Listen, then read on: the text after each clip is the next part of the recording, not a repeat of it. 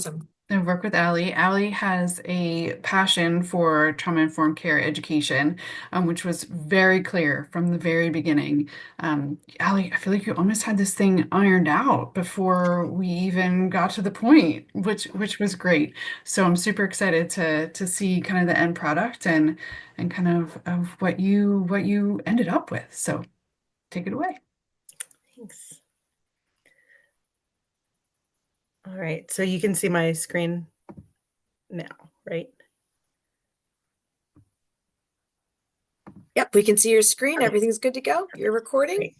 Ready when Okay, you are. perfect. Great. So my project is called Increasing Trauma-Informed Knowledge on All Levels of School Staff. And I was really inspired by the trauma-informed education that we got through the certificate program at Elizabethtown.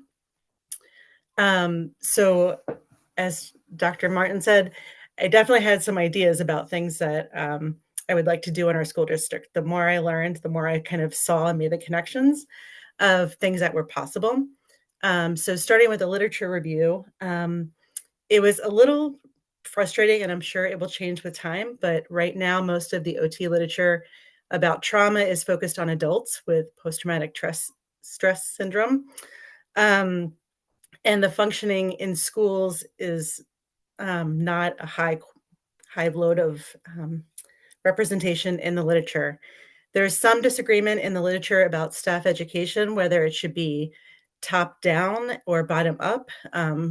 Administration saying you need to have so many mandatory courses, or by teachers and staff saying this is the information we would like to have. Within the structure of online learning, multiple studies have shown that the pivotal aspect to learning is the connectedness. And I found that was really true for us. So I work for Champlain Valley School District. It's the largest school district in Vermont with about 4,000 students from 5 different towns.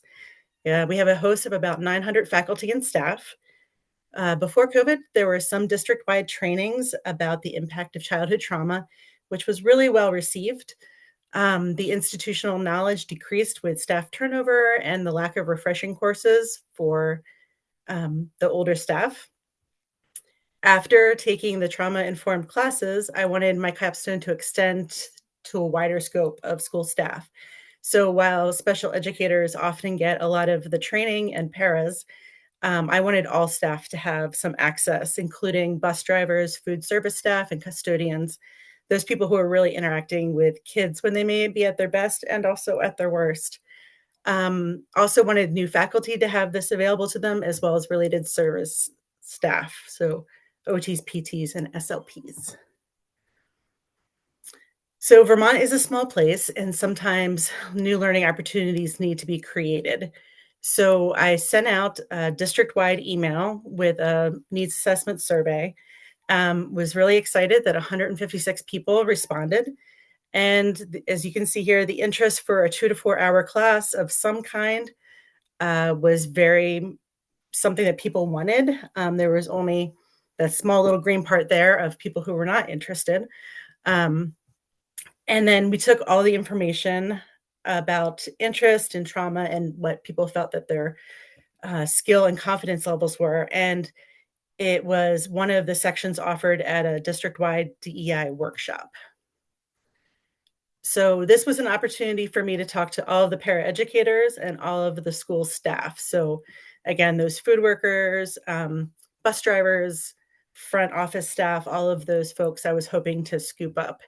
So during this in-service day, I did four different 30-minute programs reaching about 300 people. In addition to talking about the fundamentals of trauma, we talked about concepts of regulation and co-regulation and how this varied across different school contexts. Staff feedback highlighted the need for education to feel accessible to all. So some came up and said, this is great, but that's a lot of technology, or I need to have a personal connection. I don't want to do something that's just online. So with that kind of foundation of what people were interested in and willing to do, then I started the process of creating an online curriculum. And what I first discovered was all of the things that I did not know about. So the process for vetting courses was a mysterious little thing that I had no idea about. So for all of the paraeducators, we were able to say just right off the bat it would all be for credit, and to get credit it couldn't be during contracted hours. I went through an extra step so that teachers could get PD requirements or PD hours out of this training. So what that means is that it didn't count towards steps as far as contract and pay, but it did count towards state licensure requirements. New platforms that I needed to learn was Google Classroom and Prezi, which is what I'm using right now.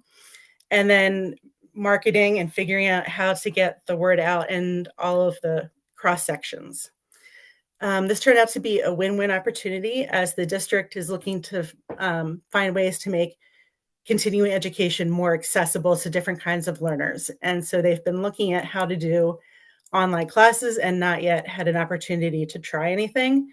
So they were really excited that it would be an in-house resource. And they took all of my proposal and they put it into this beautiful little AI pamphlet, which really needed little tweaking.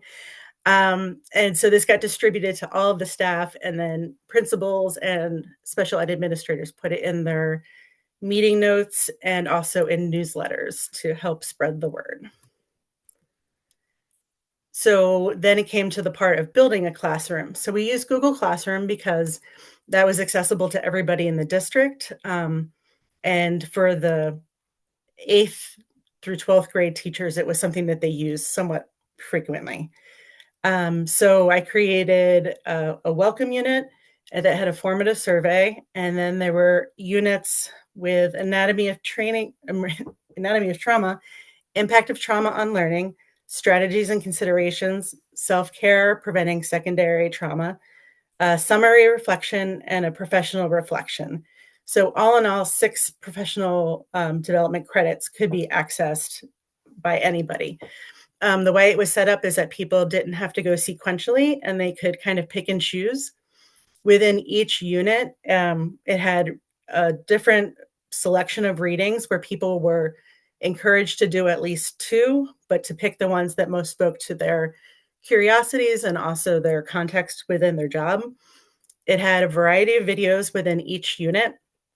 And then we broke down the show me your learning aspect, not so much in quizzes, but in which one of these would you recommend and why. Use AI to find the top 5 reasons for this, and then which one is the most pertinent to your job or speaks most to your experience. And then having people share how these concepts or strategies showed up in their job and what they might be willing to try in the next week or so. Each building had a slated time for a discussion group where there was a loose agenda, but really it was up to whatever staff wanted to come after school hours to join us. And each building had quite a different conversation. There was only one building where nobody came.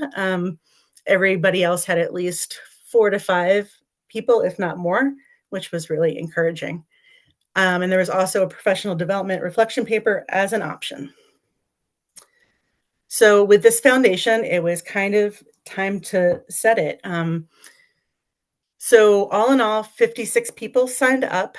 As you'll see a little bit later, not all participated. November is a busy month, and we had just the month of November to do this. Again, administration made links. So they made links between what we do as OTs and trauma-related service. That was new learning for some of the administrators who were newer to their jobs. And I've been lucky enough to work at Chittenden Valley for 10 years. So it strengthened a lot of working relationships, but also let me meet some people more in the general education or along with the staff that I had not yet to meet. Challenges with this is that there were, of course, the glitches with Google Classroom from time to time.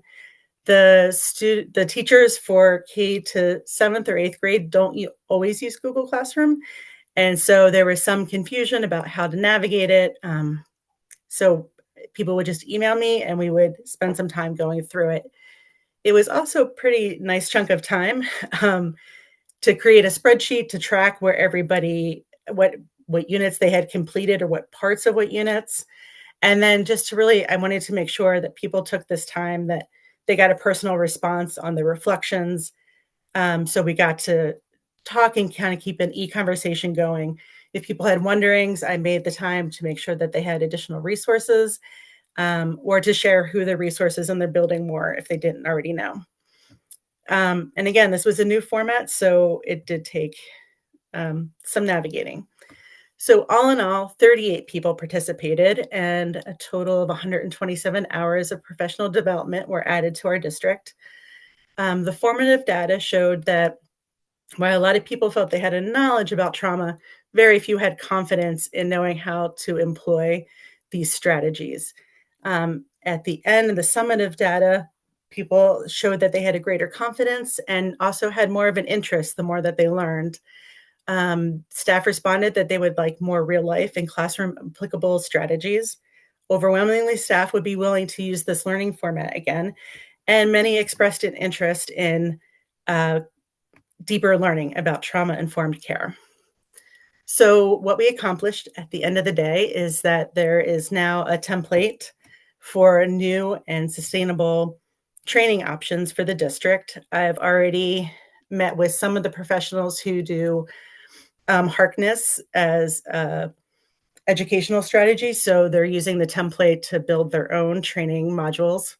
There was a renewal of increased of trauma-informed care, and now there's a larger foundation of people who feel comfortable or exposed to the content. And the role of related services as a source of continued learning was something new. And I think there's now interest of pulling OT and PT and speech into more staff trainings. So, as a note of gratitude, thank you to Dr. Martin, Deborah Redmond, the school district and administration, the course participants, and of course to my family and friends who've supported me.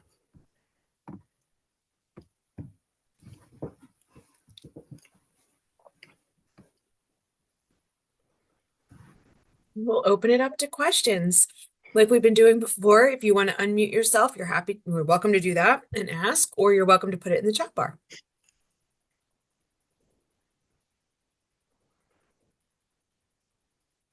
So I'll start. That's okay. Allie, Absolutely. what was your biggest takeaway from all of this? Like the big like light bulb moment, maybe biggest thing in the room that you're taking away from it. I think the more that people could find the connections between trauma informed strategies and the connection with the kids they work with, the more energy and interest and investment into both the kids and learning more about the strategy. So they were kind of a nice relationship that just kind of built on top of each other.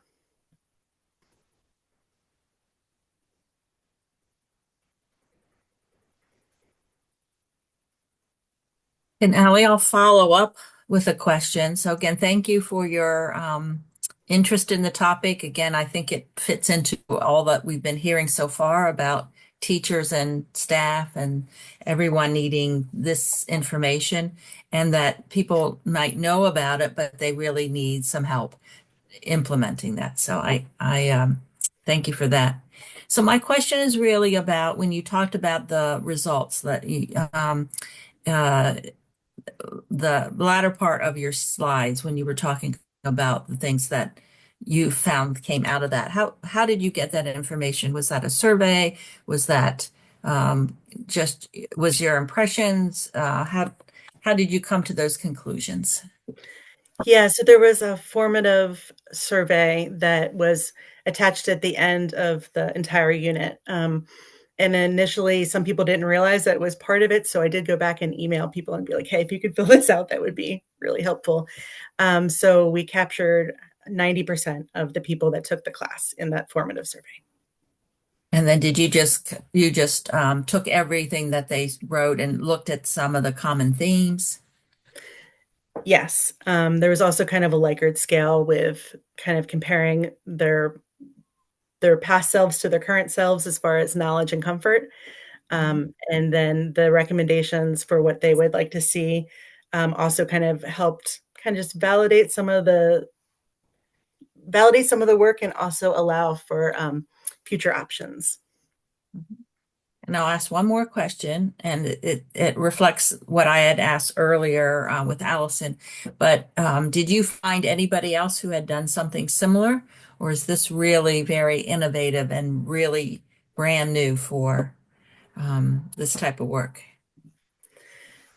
Yeah, I mean, there definitely have been like in person. There's a local social worker who does a lot of education around trauma informed care, but it comes as a professional package with a cost, and it's usually the cost is spent on those who are most working with these kids. So this is the first place that I had heard of that. We had a couple of front desk people who get to work with the kids a lot. So just having more staff who see kids in not so much of a professional teaching manner, which was really nice. Yeah, very good. Yeah, I'm thinking about the bus drivers, and I'm thinking when I was a kid and what the bus drivers needed to deal with. Yeah, It's a hard job. yeah, yeah, yeah. Thank you very much for your work. Yeah, thank you. So, Allie, I know that your plan is to move into teaching, and so I'm wondering how you are envisioning yourself as someone who is going to mentor projects, and what maybe you've learned that you can carry over into that role. Yeah, well, for right now, it's a very small part in teaching. So I'm keeping my day job for sure. Um, so the work is still there as far as at the district-wide level. And then I've already talked with where I'm going to be doing some teaching about as courses are coming out, they are hoping to create more of a trauma-informed scope. And so I've let them know that I am available for that Mm, and would love to help out, even if, not teaching all the classes. So, yeah. excellent. What was your biggest aha moment in the research process? I think in the research process was just how we are living. We are all kind of just building the ship as we're sailing it. I think, Mm, a lot of the research hasn't had time from COVID to really evolve into what we're seeing now. And so a lot of the research was most of it is I said pre-COVID and a lot geared towards adults. And so I think it is really nice to see that the little bit of research there is coming from OTs as well as educators. And I think it's going to be all built upon, but we are kind of in a time where we don't have a place to point to something and say, this is what you need to do next. And a lot of people are finding their ways using some good tools. thank you. Anyone else have questions? Oh, I see a start. Sorry. Hmm.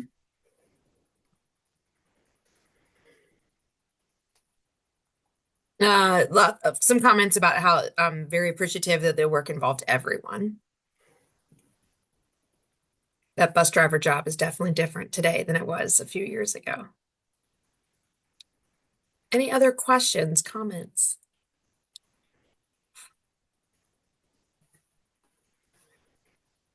With that, we'll congratulate you. Thank you. Congratulations, almost Dr. Karminski, and we will stop